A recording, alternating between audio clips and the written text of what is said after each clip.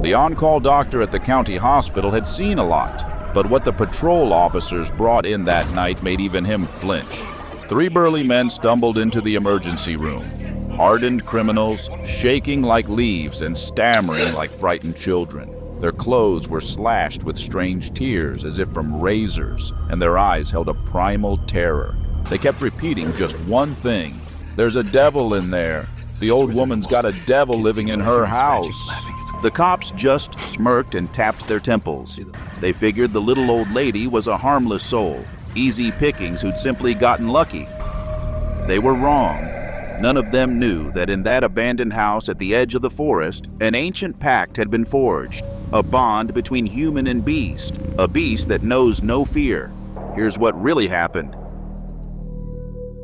The village of Sosnovka was dying quietly. Of 30 houses, only one remained occupied, right at the tree line. That's where Maria Pavlovna lived. She'd spent her whole life teaching children literature, but now her only audience was the birds. Her kids kept asking her to move to the city, but she refused. "Where would I go?" she'd say. "My husband's grave is here. My whole life is here." That winter, the loneliness became truly terrifying. February was brutal. The cold was so fierce that birds froze mid-flight. At night, the house creaked and groaned against the cold, and from the forest came a mournful howling. Maria Pavlovna slept lightly, an old axe under her pillow, her only protection. But the visitor who came that night didn't knock. Through her sleep, the woman heard a strange sound. Not a knock, not a howl, but the heavy scrape of claws against the door, and a quiet moan. Fear pierced her heart. Who was there? Wolves? The moan came again. There was so much pain in it that pity overcame fear. Maria Pavlovna cracked open the door. The flashlight beam cut through the darkness and fell upon something in the snow that made her recoil. It wasn't a dog.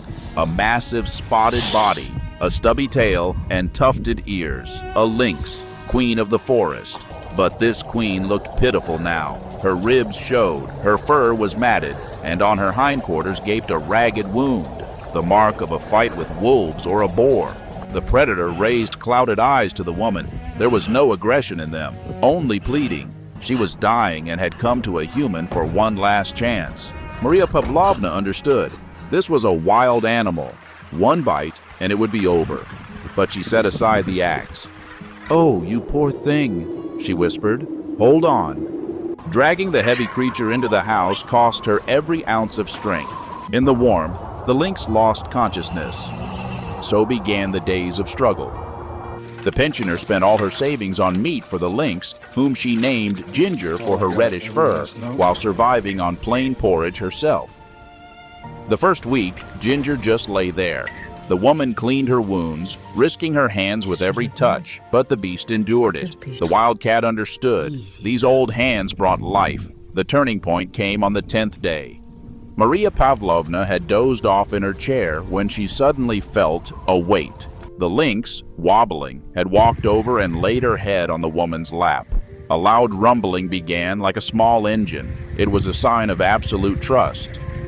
By April, Ginger had recovered. Her movements became fluid and dangerous. This was no longer a sick kitten, but a powerful hunter.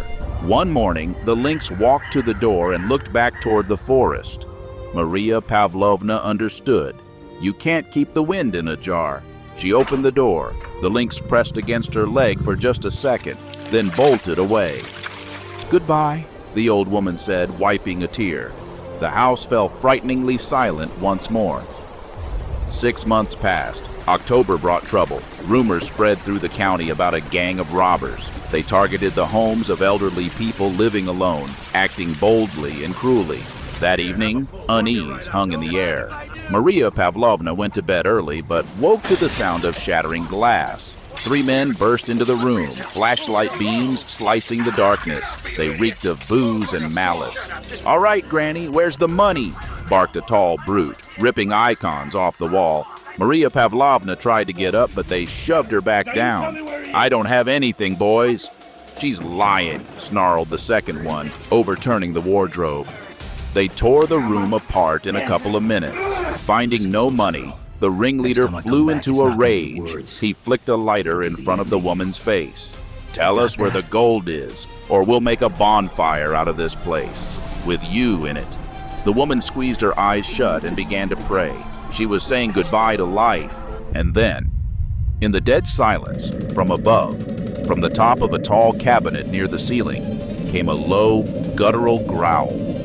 The sound was so terrifying that the robbers' hair stood on end. Slowly they raised their flashlights. Out of the darkness, two burning yellow fires stared back at them, vertical pupils narrowed to slits. "What the?" the ringleader started. A spotted lightning bolt crashed down. It wasn't a leap, it was a bullet. 65 pounds of fury slammed into the big man and knocked him off his feet. All hell broke loose. In close quarters, a predator is more terrifying than a man with a weapon. The lynx wasn't killing, she was punishing. One swipe of her paw, and a jacket turned to ribbons. A snap of her fangs, and a thug dropped his knife, howling in pain. Ginger moved faster than the eye could follow. It seemed like there was a whole pack of them. She was everywhere. Screams of terror drowned out even the rain. The criminals, forgetting the money and their weapons, scrambled for the exit, trampling each other. To them, it felt like the devil himself was on their heels. The sound of the car engine faded. Silence settled over the room, broken only by the old woman's breathing. With a trembling hand, Maria Pavlovna turned on the light. In the middle of the chaos sat Ginger, calmly licking her paw. Seeing her mistress, she patted over softly, bumped her head against her, and began to purr. She had never left. All those months she had been nearby, an invisible guardian who lived in the forest but came to protect her one true home.